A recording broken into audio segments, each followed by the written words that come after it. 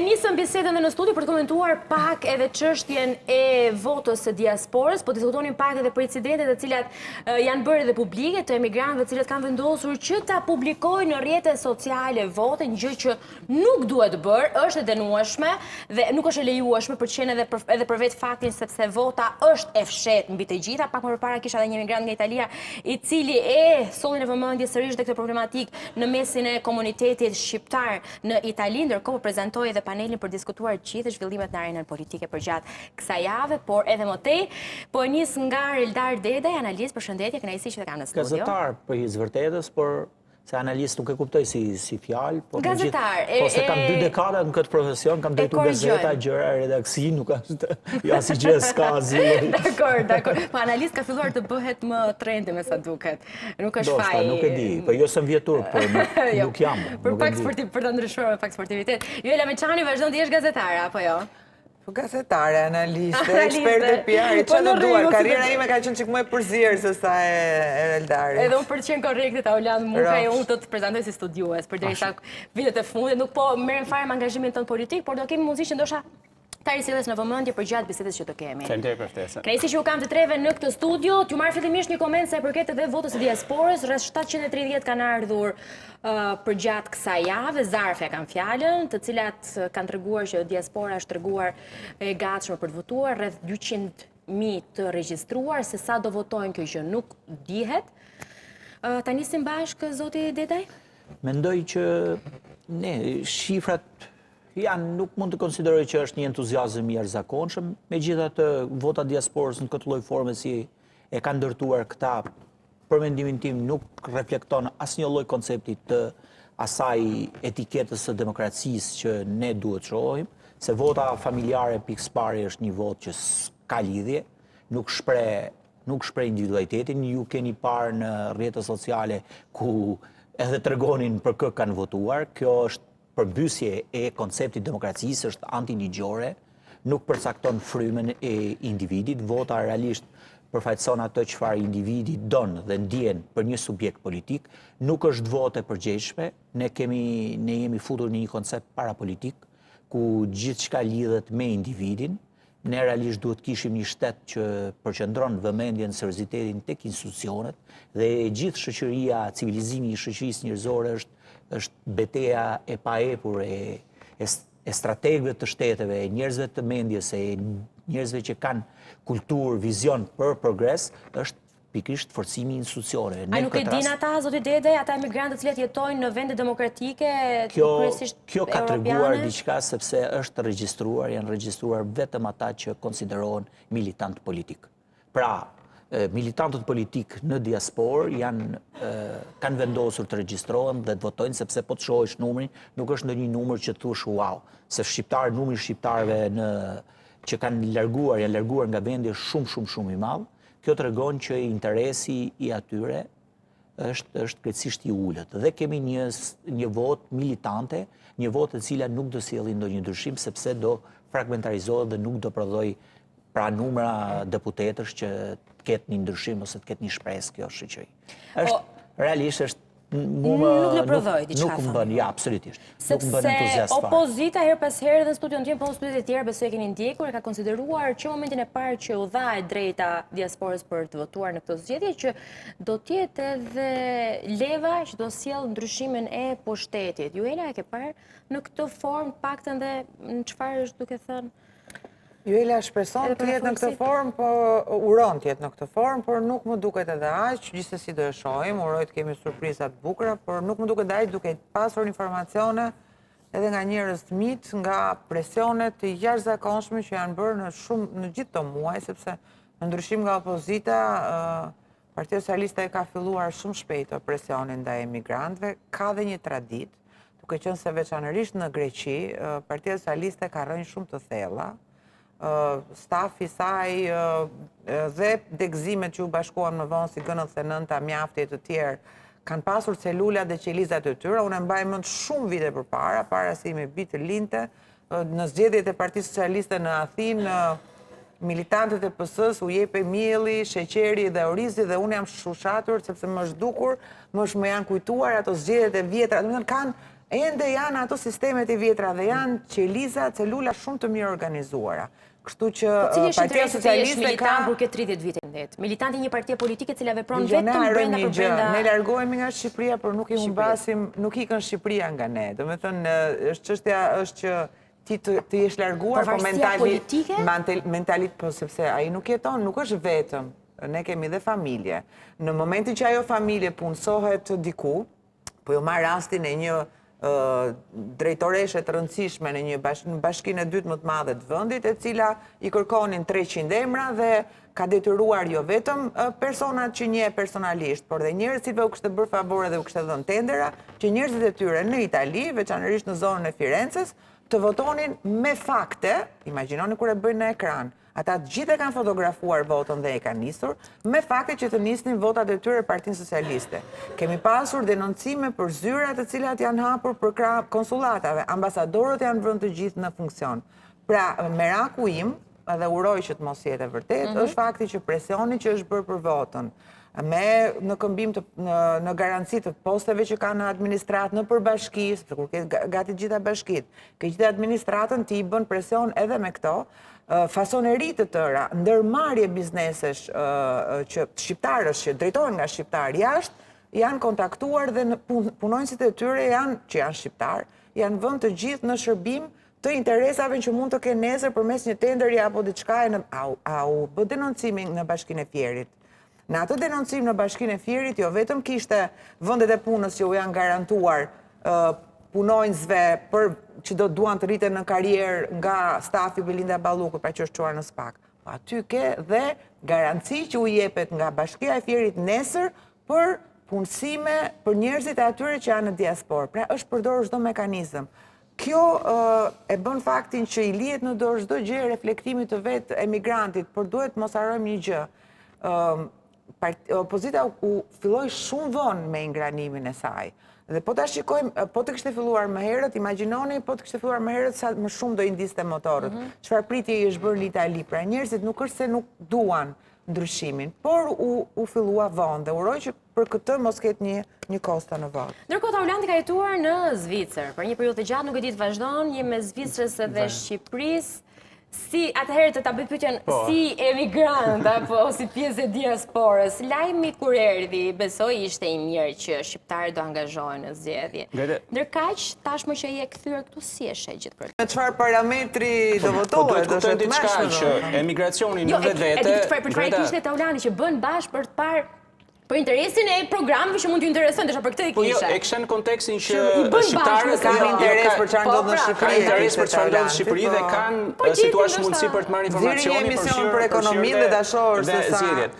Por është shumë e vërtet që ky indikator që thash 360.000 tregon edhe se çfarë do të thotë ti jesh në emigracion. Ke studime të jashtëzakonshme në të gjitha, jo vetëm për emigracionin shqiptar, për shumicën e emigracioneve të tipit dhe karakterit shqiptar, që emigranti shqiptar kudo ku shkon, apo dikush tjetër i njëjtë karakter, nuk është se është më i zhvilluar nga aspekti intelektual apo arsimor apo kulturor se sa shqiptari që ngelet në Shqipëri, në nivel mesatar. Për të pyeta unë kur jeton në një vend demokratik si Italia, Franca, pse nuk kupton që vota në emigracioni ka problemet e veta, ka një pjesë emigracionit shqiptar, po që ende është në përqindje shumë e vogël që shkon për një formim më të mirë, merr një investim më të mirë e vetja, por në nivel mesatar dhe në nivel themi masiv është një lloj emigracioni që është ende në nivelet ka të bëjë me integrimin e shqiptarëve në vende të ndryshme apo faktin që qëndrojnë me njëri tjetrin dhe nuk arrin të shtatë? Ky është emigrimin përgjithsisht, po shikosh është i karakterit që kanë turqit, që kanë si thua shtetet që janë më të pazhvilluara, portugezët që kanë pasur dikur më parë, dhe rrjedhimisht në vetvete emigracioni nuk është se të zhvillon më shumë nga ana kulturore apo arsimore, përveç se ndoshta nga ana ekonomike. Me grafikët e barometrit se për te pjesës e diasporës do të kalojmë pak edhe në shifrat e statistikat cilat i kemi për këtë matjen. Por, që në këtë kontekst është shumë e rëndësishme të themi që është një faktor pozitiv, do mësojmë shumë nga këto zgjedhje, ka qenë mundësia e gjitha partive politike për të rrequr dhe atë pjesë shëndetshme diasporës, që ndoshta nuk është e lidhur me pjesën politike. Ti do votosh këtu, do jesh këtu. Unë do votoj këtu, ja, po. Kam sjedhur të votoj këtu, pasi kam dhe fleksibilitetin për të lëvizur, por jam shpres plot në kontekstin e rolit që diaspora mund të ketë, dhe do shikohet në vazhdim. Duhet përgëzuar këtu edhe, si thua, grupi Diaspora për Shqipërinë, sepse janë ata të cilët e kanë mundësuar një nismë që i mungonte Shqipërisë prej vitesh dhe dekadash, dhe uroj që t'japi një efekt pozitiv të shëndetshëm në zhvillimin e zgjedhjeve. Ta kap këtu që zoti Rama her pas here thotë që e bëm ne, e sollëm ne, për çdo gjë e solli vetëm ai. Do të thënë, Edi na do na fusi në BE, Edi dha shpatën drejtësisë dhe Edi e bëri votën e diasporës. Votën e diasporës, në fakt diaspora për Shqipërinë ka shumë kohë që e kërkon dhe luftoi.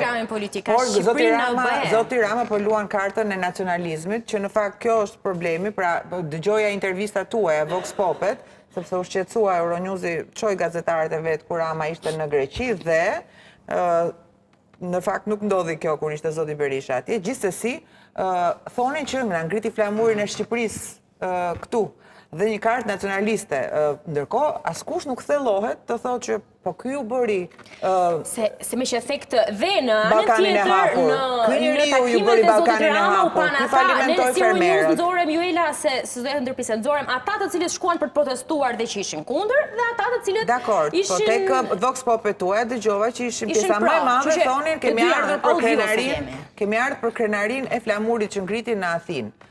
Çështja është që asnjëkush prej tyre nuk thellohet të mendojë që po ky kryeministër që tani hiqet nacionalist dhe luan kartën me diasporën të nostalgjisë nacionaliste, po ky bëri Ballkanin e hapur dhe është akoma në fuqi sot. Po ky falimentoi fermerët nga prodhimet serbe që i kemi akoma. Është relative ajo. Jam shumë e sigurt që se ka detyruar dikush të thonë në këtë lloj mënyre. Unë kam qenë live madje atë ditë u gabon dhe kam patur atë që kanë shkuar kanë thonë relative pra se ata e shohin e njohin televizionin. Atëherë nga dy gjëra emigranti unë kam qenë vetë dashur. Nga dy gjëra e njeh ti, njeriu e njeh vendin e vet nga larg, e njeh nga mediat dhe e njeh nga njerëzit e vet se çfarë i thonë. Dhe nuk duhet ta pranojmë që 90% e mediave në këtë vend dhe propagandës që bëhet është pro-qeveritare, thua se këtu çdo gjë shkon vaj. 90% nuk të duket shumë jo, nuk më duket shumë se mediat e njohin shumë, mediat i njohin shumë mirë. Shohim pak statistikat e barometrit këtu. Po, dakord, është fjala jote, edhe unë të pyet, ndërkohë shohim pak të dhënat e barometrit i komentojnë. Patjetër dhe unë të pyet, prirja e votës për cilën parti do të votoni nëse zgjedhjet do të mbaheshin sot me datë 22 prill, pra në këtë afat kohore është bërë. Me të kuqe, diaspora nuk është e përfshirë. I shohim pak rezultate, shohim një përqindje mes PS-s edhe mes PD-s, apo aliancës që ka bërë Partia Demokratike me edhe Partinë e Lirisë, që është rreth 13.7%, por shumë interesante janë dhe të pavendosur që vazhdojnë të jenë në 18%. Ndërkohë kemi zotin Lapaj në vend të tretë, zotin Shehaj që konkurrojnë kokë në kokë me 6.1%, më pas zoti Qori 3.4%, tjetër të tjerët me sa duket me 2.4% dhe ata që nuk do votojnë 8.1 ndjes. Greta, unë nuk jam komentator politik apo në kontekstin e se si shpërndajt vota. Kur kam parë këtë sondazh, sikurse shumë sondazhe të tjerë në Shqipëri, një gjë mund të marrë një fenomen që tregon edhe për gjendjen ku ne jemi në kontekstin e dijes. Ju merrni një profesor nga Greqia, televizionet e tjera marrin disa profesor nga Italia për të bërë sondazhe që fundi fundit është një formati më i thjeshtë i statistikës, pra është një anketë.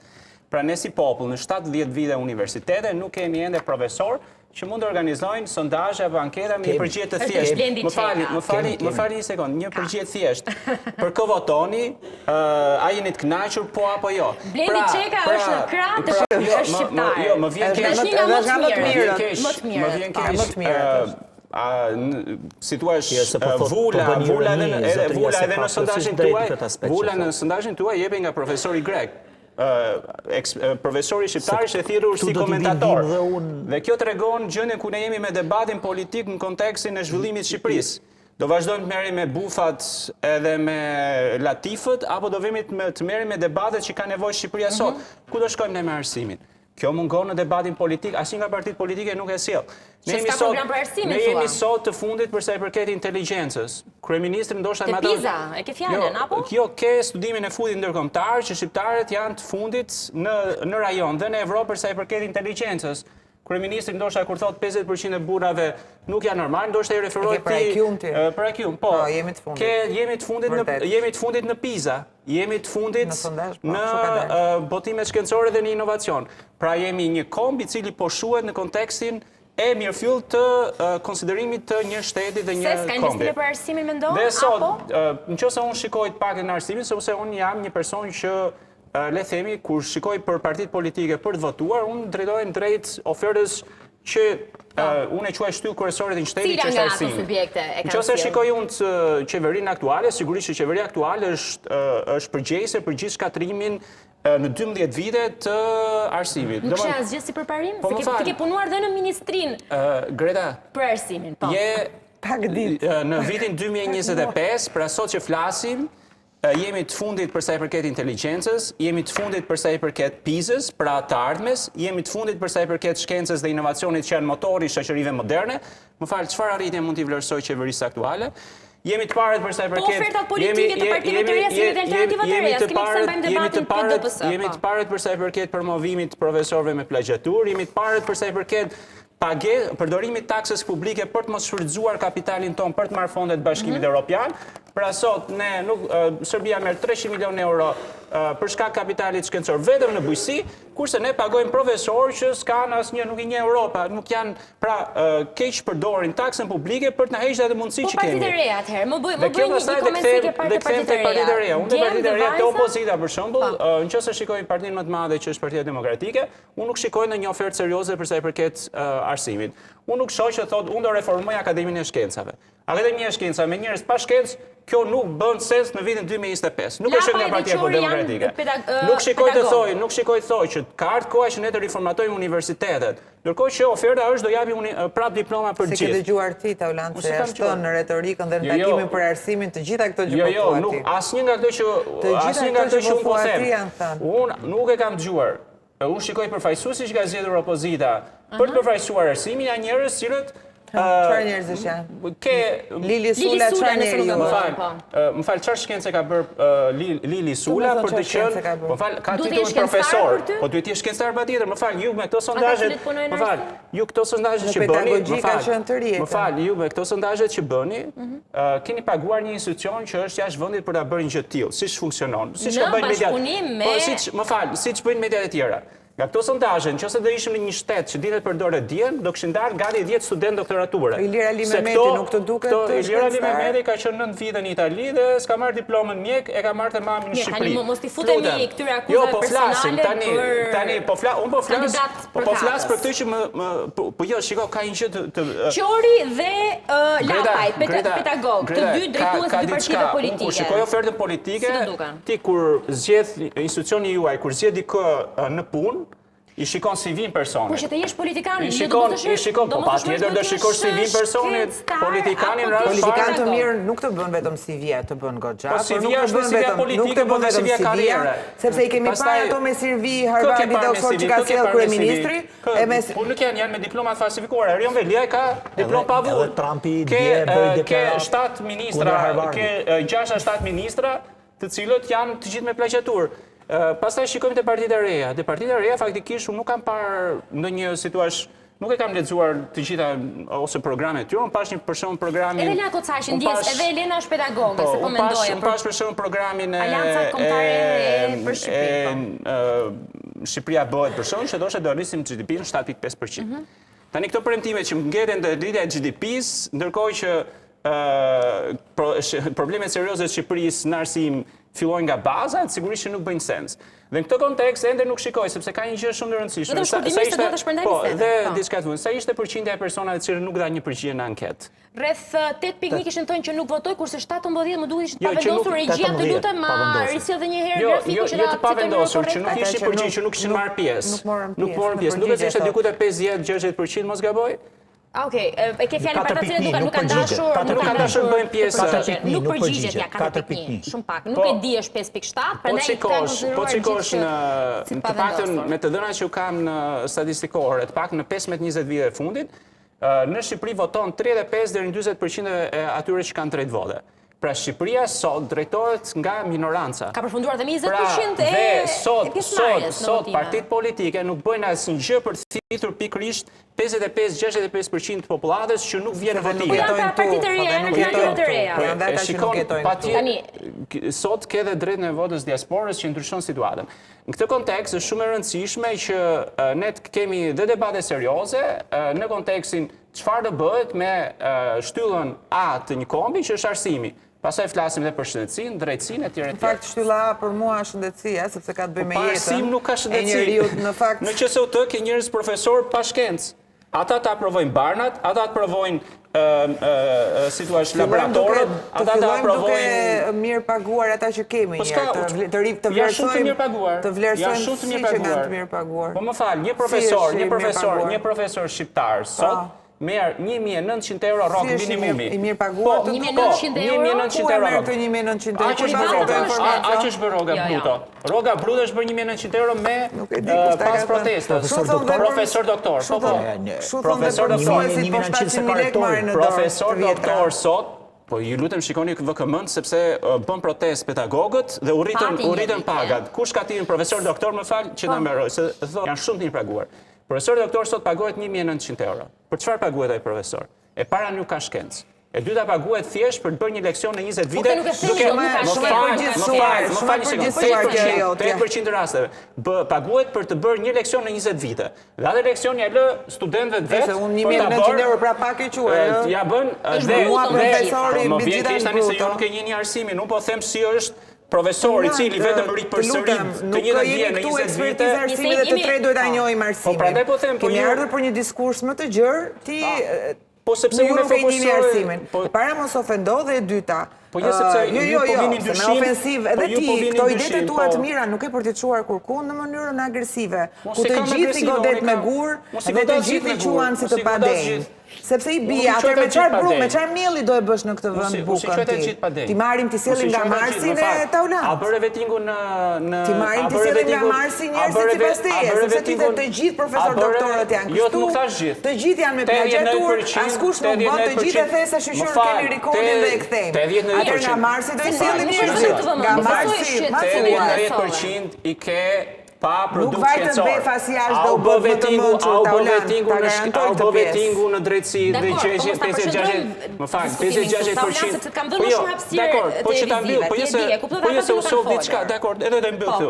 A u bë vetingu në drejtësi dhe 56% orë jashtë sistemit. Po pse mendoni ju që nuk është i njëjti brumë edhe në akademi? Sot Shqipëria ka numrin më të lartë të universiteteve. Edhe vetë një përqindje, 50-60. Nuk i përfshive të gjithë, kështu që e lëmë të profesor. Jo, po kjo ka shumë rëndësi. Ka dhe hallet të tjera ky vend. Kjo është halli më i madh për mendimin tim. Po, për mendimin tim, po. Ju e le ta rikthejmë një herë grafikun? E kthejmë grafikun. Të them çfarë unë mendoj. Çfarë mendon? Edhe ky grafik përditësohet sepse do ribëhet. Atë që po ti mbledhësh Partia Socialiste de facto me shifra, se po t'i vëm kandar për asë, opozit nuk ka fituar, po ta shikosh në Tiranë, bëj përqindjet, mblidhi gjithë partitë opozitare, mblidhi gjithë partitë opozitare dhe shikon që realisht PS-ja nuk është e vetme, nuk fiton e vetme vetëm e timonin e saj. PS-ja nëse fiton, gjithmonë, se është për ta parë, fiton nga skema e përçarjes së opozitës shqiptare, me fajet nga të dyja palët, në kuptimin që unë bëj përgjegjës edhe mos aftësinë e Partisë Demokratike për të bashkuar faktorët, por dhe blerjen e një pjesë të madhe, dhe unë e them pa droje, të faktorit opozitar, ose kokëforcin për të pritur rënien e gjithë elitave të vjetra, dhe këtu u jap të drejtë deri diku, dhe për të ringritur ngadalë më pas. Jo vetëm që këto parti nuk do të fitojnë asgjë me të cilën të quajnë kingmaker dhe të luajnë, sepse aty është çështja, ata mendojnë se mund të jenë kingmaker dhe nga e cila të përfitojnë. Me sistemin shqiptar dhe me mënyrën se si ndodh nuk ka shanse. Ka qenë dikur LSI-ja, po tani ajo nuk ndodh më, me këto përqindje që pash ata nuk do jenë, dhe këto vota do shkojnë dëm. Dhe është për të ardhur realisht keq, sepse po të shikosh dhe po të mbledhësh ato vota, Partia Socialiste është me rënje në Tiranë.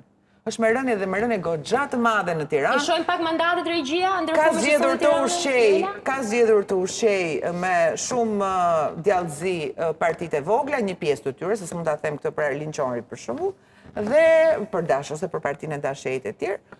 Por në atë pikë, do me thëmë, kjo kostoja prapë do t'i ngelet Partisë Demokratike, e cila nuk diti në gjithë këto muaj të bashkonte faktorin opozitar. Kemi një kod elektoral që nuk mund të pretendoj të nxjerrë individ të lirë. Dhe nga ky sistem burojnë gjitha deformimet në shoqëri, edhe ato që tha Taulanti mësiv. Megjithatë, partitë e reja po luajnë një rol për ta pasuruar spektrin politik, edhe alternativën politike, edhe retorikën politike, por ama deri në këtë lloj niveli. Është e papranueshme që pas 12 vitesh, mungese totalisht alternative, mungese zhvillimi, progresi nga gjitha konveshtrimet, shkatrimi total i GDP-s, prodhimi i brendshëm bruto këtu pothuajse është krejtësisht inekzistent. Këtu kemi vetëm importe. Vetëm importe vazhdimisht në sektor që ne realisht mund të ishim deri diku konkurrues në rajon. Dhe këtu jemi zero. Edhe Kosova prodhon biskota. Ne s'kemi një fabrikë biskotash këtu. Kosova prodhon lëngje frutash. Ne s'kemi një fabrikë. Pra, ne jemi totalisht jashtë krejtësisht në rentabilitet. Nuk kemi në rentabilitet. Pra kemi dalë komplet jashtë loje. Dhe kjo pse e bën? Dhe pse është përqendruar gjithë popullsia në kryeqytet? Pse gjithë ekonomia është përqendruar në kryeqytet? Ka një arsye logjike dhe këtu po e shkatrojnë me qëllim. Gjithë çka po e shkatrojnë me qëllim dhe deri diku pajtohen plotësisht, nuk pajtohen me mënyrën aq agresive sa është Taulanti dhe ndoshta ka arsyet e veta, por se ka ca element që duhen konsideruar. Ajo çfarë unë do të them për sa i përket mazhorancës, ma ka thënë dikush një barcalet, po ju kërkoj edhe ndjes si unë, jam vi nga shkolla komunikimit dhe ne në komunikim kemi një parim naturalia non sunt turpia, natyrshmja nuk është turp. Jo. Dhe më kujton që ta dëgjojmë se kur jam prezente unë kam çik me problem. Më kujton vjen një mësuesi jep detyrë djalit, i thotë. Se këtë më kujton i gjithë premtimet, alternativa që po jep Edi Rama tashmë, edhe duke parë si trajton meshkuj qyryk e vaj, gratë e divorcuara i konsideron si vlere, shumë mirë janë ato, sepse njerëzit kanë individualitet, por mënyrën se si e sjell shqiptari në fokus, qendër vëmendjes më lën shumë. Edhe progresi, edhe alternativën e tij. Dhe më kujtohet në kjo barcalet realisht, i jep mësuesi një detyrë për të kuptuar ç'është de facto dhe de jure. Djali kishte shkuar, ishte student i mirë, nga këta si ka shumë qef Taulanti, kishte hap fjalorin dhe nuk e gjente fjalën as de facto as de jure. Dhe shkot pyet babain, i thotë. Babai i thotë çfarë do thotë de facto dhe de jure, se nuk e kuptoj, ma ka thënë mësuesi detyrë shtëpie, por nuk po i gjej në fjalor shpjegimin. Po i thotë babai, është shumë e thjeshtë. Do shkosh pikë pari do pyesish nënën, i thotë. Në qoftë se t'jep dikush 10.000 euro, i thotë, a e tradhton babain? Shko e pyet nënën, ai thotë, kshu për 10.000 euro e tradhton babain, por i thotë nëna, unë e tradhoj fala si ose tradhtoga për 10.000 euro. Njëtën pyetje shkon ja bën dhe motrës, thotë, e tradhton të dashurin tënd ose të fijuarin, thotë, për 10.000 euro, po sigurisht thotë si e tradhtoj, edhe legët janë gjithçka. Nëse kthehet te babi i tronditur fëmia se nuk e priste një përgjigje të tillë. Thotë babai, thotë, ne mami edhe motra, thotë, janë gatshëm për 10.000 euro të tradhtojnë. Ja pra babi, thotë. Kjo është shpjegimi. Ne de facto në shtëpi kemi 2 kurva. De jure na mungon 20.000 euro. Sikur ta dija që do dilen në seksizëm reldar, nuk duhet ta kishim problemi qëndron pikërisht, problemi qëndron se këtu kemi vetëm këto na kanë ngelur për sa i përket alternativës së Tiranës, ndërsa në Shqipëri na mungon lekët. Edi Rama na ka lënë këto në shtëpi ne, dhe ajo që thot Taulanti ka një të vërtetë se këtë kemi. Nuk është turp fare, naturalia non sunt turpia ndol kudo. Aristofani është goditur në kod vet kur bëte dhe doli me këtë parim. Kështu që mos u stresoni fare, mbaj unë përgjithësi. Jo, nuk stresuam, bëhet i përgjithësim, po. Ndërkohë shohim pak edhe grafikun e ri, të cilët kemi për, jo këtë, regjia tjetër një lutë, janë 3 grafik të shohim, po në rregull.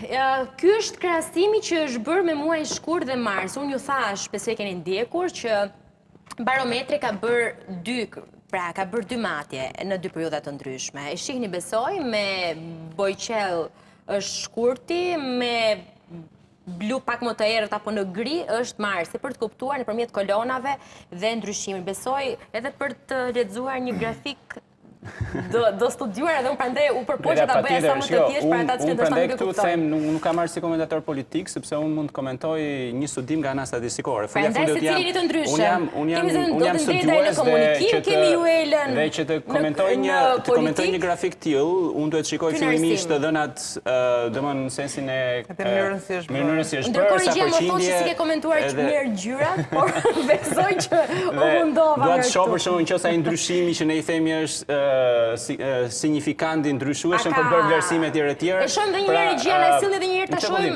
sa i rëndësishëm apo i vogël është ndryshimi.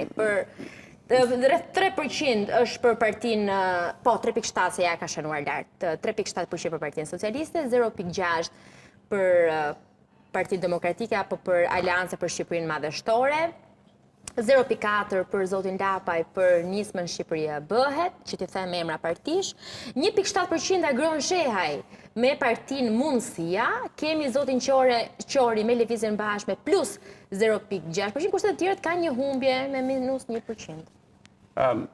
Ndryshimet sigurisht janë minimale, nuk janë aq shumë thelbësore. Nuk del qartësisht, më fal që të ndërpres PSD-ja, e cila në përgjithësi nuk del asnjëherë në sondazhe, por në fund fare me drejt Partia Tomdoshi. Është parti lokale, të paktën kështu, jo parti lokale, kuptimin që veprimtarinë e saj. Jo, thjesht njerëzit që e votojnë nuk e thonë asnjëherë.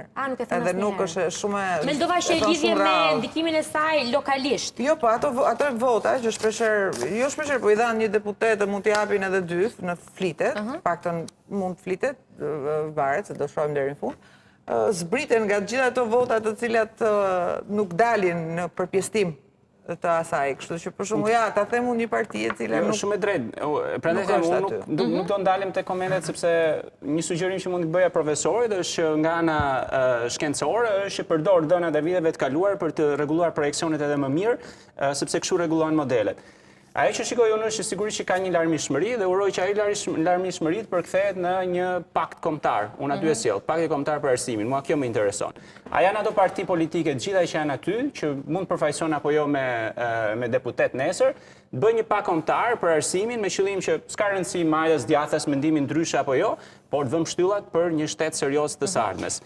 Po fushata si është bërë për ty, me që jenë dalur pak edhe të pjesa e cilësisë. Çështja e fushatës, gjuha e përdorur, po gjuha e përdorur është gjuha banale, më fal, të kesh një kryeministër që bulizon kryetarin e opozitës, apo çdo kandidat tjetër politik. Të kesh një kryeministër që thot gjysma e burrave janë anormal dhe çurik, domethënë më fal, po kjo është një degradim i shoqërisë dhe në një shoqëri normale sigurisht që një si thua fjalë e tillë do dënohej jashtëzakonisht shumë. Dhe këtu pastaj dalim në ato që u them. Duart rokitet sipas teje apo thjesht është bërë pranueshme, është normalizuar? Po jo, kjo ka të bëjë me fenomenet në pas që me fenomen të tmerrshëm, sepse Bideni për gafën e madhe që bëri që tha garbage për militantët që ndiqnin Trumpin, humbi, okej, në rregull, humbi 3.7% brenda ditës. Pikërisht. Dhe kryeministri kush e ka fajin në këtë mes, Joel? Ai që e përdor apo ai që e normalizon? Ai që e përdor absolutisht, po. Ai që e përdor duhet të jetë i dënueshëm, i palejueshëm. Të hiq rëndësinë te personi që e përdor, po që flasim te statistika. Një minutë tani, kemi edhe një autoritet neve të mediave audiovizive, kemi një autoritet, parë që ai ka vënë çdo dhënën e vet aty. Po kemi një autoritet dhe nuk e di ai autoriteti si nuk u ndje për mënyrën bullizuese të fjalëve të tij. Si nuk u ndje për mënyrën bullizuese të fjalëve të tij ndaj grave, si nuk u ndje për mënyrën bullizuese ndaj liderit të opozitës, pse jo? Pas janë bërë zakonshme Joela, është e parë që dëgjon e keqja mund të bëhet e zakonshme, nuk e diskutoj unë këtë pjesë, se fatkeqësisht prandaj jemi këtu na. Por derisa ke organizma, ndërkohë që ti, ta këtu duket të zaptimi që ai ka bërë çdo gjëje. Çdo gjë që shkon në kas, çdo ankimim që shkon në, më fal, në KQZ e kthen mbrapsht kasi. Edhe ankimime, domethënë që duhet të dënohej. Jo me gjoba qesharake. Pra këtu pikërisht këto zgjedhje, po duket qartësisht edhe një herë zaptimi që është bërë nga ana e majorancës të çdo gjëje. Domethënë Amonti nuk e ke gjë kundi. Ai e bën si te rubrika e tij sy, të cilët nuk do t'i përllogaritet as si minutazh elektoral, në fakt ai është minutazh elektoral i gjithi. e bën edhe në bullizmin që përdor në të gjitha dalit e tij së fundmi. Zoti Basha erdhi me një risi, po themi, 7x7 për të rregulluar, se mund ta themi duke përdorur gafë të tij për cilën u përdor shumë nga zoti Rama në atë kohë. Kjo është taktikë elektorale. Për ta përdorur përdori 7x7 zoti Berisha që 313 bufin për të cilën anatemohet e riktheu aty, pra ta marrësh gjën që ti ridikulizohesh dhe ta kthesh mbrapsht duke e shpërbërë. Është modernizimi i fushatës me përdorimin e këtyre këngëve Kjo është apo modeli një që faktikisht për risinë? shumë Rama ka zgjedhur në shumë vite dhe është situash heqje përgjegjësia nga problematikat që ka vetë shkaktuar. Mund të jetë edhe normale që 50% e shoqërisë nuk është normale, se i kanë ikë fëmijët. Sot rinia po largohet. Ti thua ka qenë fakt për zotin Rama, që e ka përdorur. Isha mesatare 40 vjeç. Sot punon 35 vite dhe merrin pension 100.000 lekë. Pra nuk e sigurinë e të jetuarit. Sot shkon në spital. Sot shkon në spital dhe nuk e jo vetëm sigurinë që të marrësh mjekimin e dur, edhe pse het paran, po nuk e dhe sigurinë që ai medikament që të përdorësh është i vlefshëm apo jo dhe shkon e kërkon diku jashtë. A kemi ndalim, më fal, me urdhër që të mos dali askush në debat? Që këtu nuk janë zgjedhje këto. Si mundesh të kesh ti periudhë zgjedhore pa debat? Nuk ndodh në asnjë vend të botës, sepse ti duhet të jesh i detyruar si parti që merr pjesë në zgjedhje, që kandidatët e tu të dalin në debat. Se du t'jetë detyrim? Zoti Rama, nëse nuk gabohem, për ta cituar çfarë tha në një video live, ku po thoshte që jam... Si do bëj dallimin? Ja të them çfarë tha ai dhe më je përgjigjen me që nuk e kemi këtu një përfaqësues, sepse kam zgjedhur që mos kemi asnjërin palë në këtë diskutim që kemi sot, që më kritikojnë, po thoshte zoti Rama, sepse unë nuk dal në debate publike, po ku ka debat më të pasur dhe më qartë se unë që flas për ju. Po është personalizim dhe duke përdorur rrjetet sociale. E kupton çfarë idiotësi është kjo? Me mesazhe që i prodhon po ti. Aty kanë të drejtë ta kritikojnë ju Elana. Me mesazhe. Cili i beson sinqerisht që lexon mesazhe që i shkruajnë të tjerët, pa ajo është komplet. Jo, nuk i besoj. Po them që kanë të drejtën për ajo është ai flet me fugën aty, ai flet me njerëzit aty. Propagandë. Nuk ka lidhje fare. Urdhri është dhënë që të mos dalin kandidatët, madje kandidatët e PS-s, të cilët janë të rinj dhe duan të janë më të pakënaqurit për këtë. Sepse ata e duan debatin deri diku. Po flasin për debat. Jo, të lutem se je gazetare, ti duhet e para të ulërasësh. Në studio. Kemi patur jemi në zgjedhje tani. Jemi në zgjedhje tani. Jemi në zgjedhje. Jemi në zgjedhje tani, jemi në zgjedhje. Kur kemi dalë të shifulluar fushata. 2 javë përpara kemi, 3 javë përpara kemi qenë bashkë, apo jo? Po ta them edhe një herë, ti e para tani, nuk duhet ta kishe ne, duhet kishe këtu dhe këtu. Ata nuk të dalin me urdhër, i është çuar mesazh në mes të natës se të mos dalin. Pse? Sepse në debatet që filluan të bëheshin, u duk qartësisht disniveli. Sepse në momentin ti s'ke çfarë të tregosh për atë që janë bërë 12 vjet dhe madje kandidatët e rinj të PS-s shpesh merrnin Kosovë dhe pa të drejtë të shkretët, sepse nuk ishin qenë në qeveri, por ata duan të luftojnë për vota dhe dalin vetëm tek e tek, se ky u ndaloi. Pse? Që të kuptosh ti dallimin, më fal, midis dy forcave politike ti duhet i shohësh bashkë në debat. Aty e bën dallimin. Debatet e para që u bën, qartësisht ishin pro kandidatëve të opozitës. Qartësisht, dalloi qartësisht, jo vetëm në audiencë, po dhe në njohuri të temave që shqetësojnë shqiptarët. Ai menjëherë me një urdhër i zhduku, mos dilni me kënetën, sepse normal e pa që disniveli do dallohej nga njerëzit, nga të lëkundurit, nga ai që quhet elektorat gri. Po mirë, normale është kjo? Nuk është normale kjo. Në çfarë baze ata 17% që keni ju aty? Duke që kanë zgjedhur rrjetet sociale, mendon që kanë zgjedhur forme, se po ta vësh është debati që bën zoti Bardhi në rrjetet sociale me një prej kandidatëve të zen. Nuk e bën zoti Bardhi, e bën ajo. E bën ajo, nuk e bën ai. Jo, nuk është normale në një shoqëri që përfaqësuesit politik të mos vinë të ulen dhe të ballafaqojnë qoftë për ata që kanë bërë, qoftë për ata që do japin shoqërisë shqiptare në vizion. Kjo është një dështim i situatës politike sot dhe sigurisht që gjithë media sot faktikisht këtë duhet kërkonte. Se duhet ja thoja emrin. Në fakt mediat e vërtetë. Po ne po kërkojmë shumë se kryeministri ka refuzuar Kuvendin e Republikës që e ka detyrim kushtetues. Që të bëjë interpelancë, të refuzon daljen me gazetarët.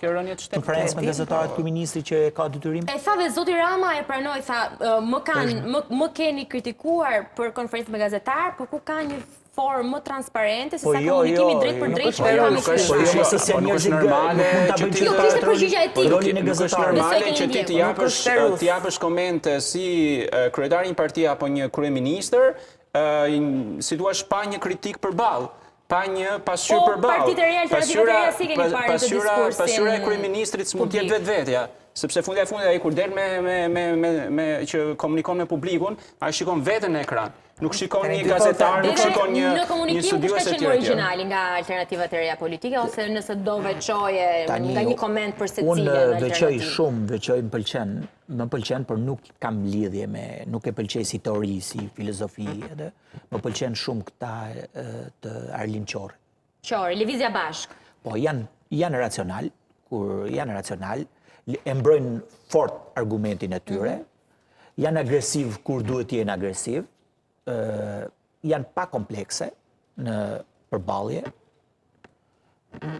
realisht janë dhe original në aspektin e asaj idees cilët përfaqëson ti bie dakord me ta, nuk bie dakord, kjo është çështje tjetër, por ata e ndjen atë që bëjnë, pakun këtë refleksion kanë dhënë, pak rëndësi ka se si ka. Me bicikleta një ditë, kishin marrë bicikleta dhe kishin vendosur fotografinë e zotit. Gjoja fushata thjesht, ata lëvizin me autobusa, lëvizin me... Edhe s'kan para, pra gjithë partitë, subjektet e reja... Ata para kanë se ata punojnë, por... Dhe nga subjektet e reja politike, ata cilët nuk kanë përfaqësues parlament, nuk kanë para për... Ideja që përfaqësojnë ata dhe mënyra se si qasën qytetit, para publike kisha thënë. Mënyra se si qasën, ata janë pak a shumë kanë një përputhje se me të thënë drejtën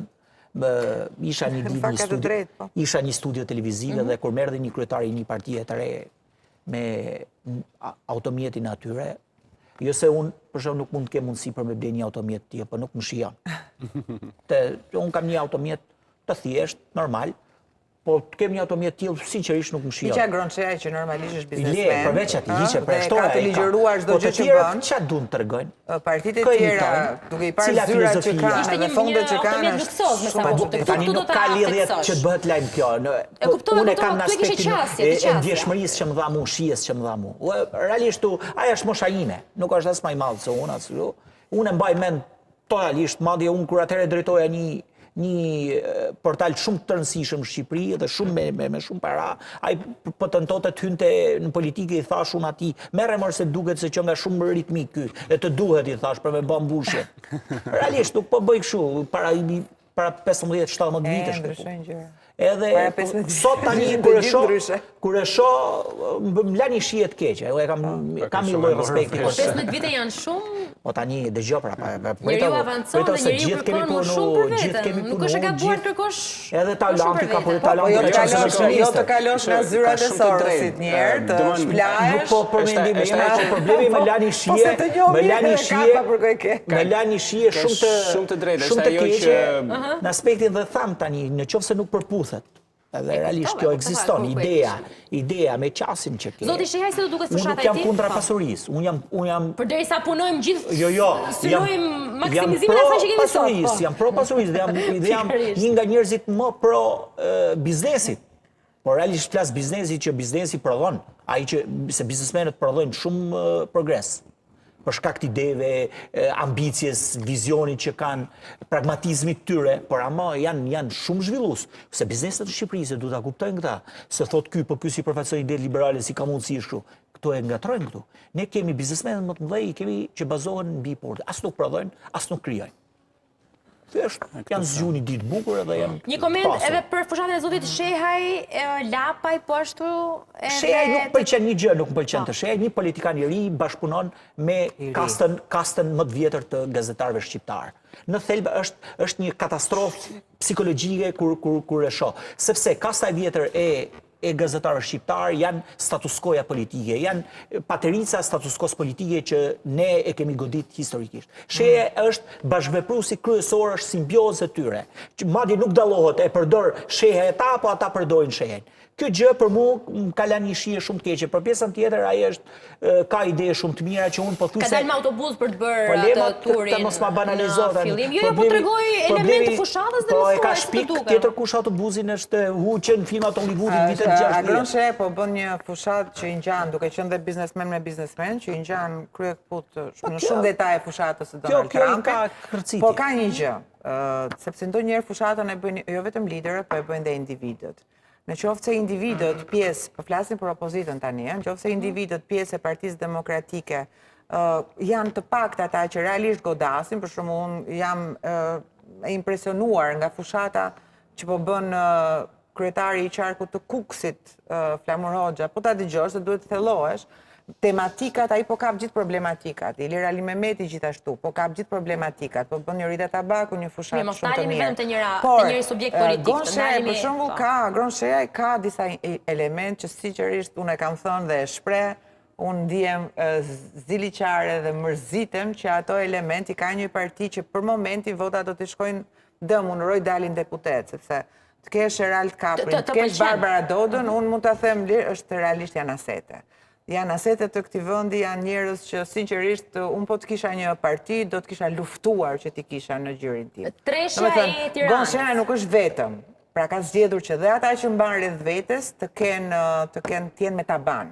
Lapaj dhe Shabani të bashkuar në një koalicion. Mendimi im për Adriatik Lapajn është boturisht i ditur. Unë sot e kësaj dite nuk kam marrë përgjigje nga Adriatiku mbasi debati që u bë viral në rrjetet sociale se ku do t'i gjente parat dhe mbasi i dhash ja bëra shpalosin se si nga ishte thirrur, ku ishte thirrur, si kishte kaluar oqeanin, si erdhi me idetë për të hapur partinë dhe si do financohej në vazhdim. Ka bërë në studion tim ai, pra, ka ai mund të treguar se si bërë me sa të financohet. dojnë, çështja është shpenzimet e tij kalojnë 4 cipërisht, por këtë duhet merret ligji një ditë. Anyway, për tek kësaj. Fushata.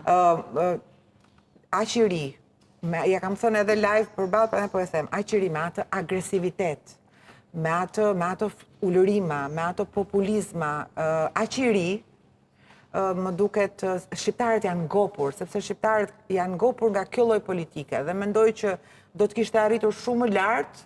Fakti është që për shembull pjesë e madhe e emrave VIP, pra emrave të njohur dhe me të partisë të tij janë larguar sepse mendoj që ata agresivitet nuk e ka vetëm politikisht, pra e ka edhe në marrëdhëniet njerëzore, kështu që do t'i kushtoj edhe në vazhdim.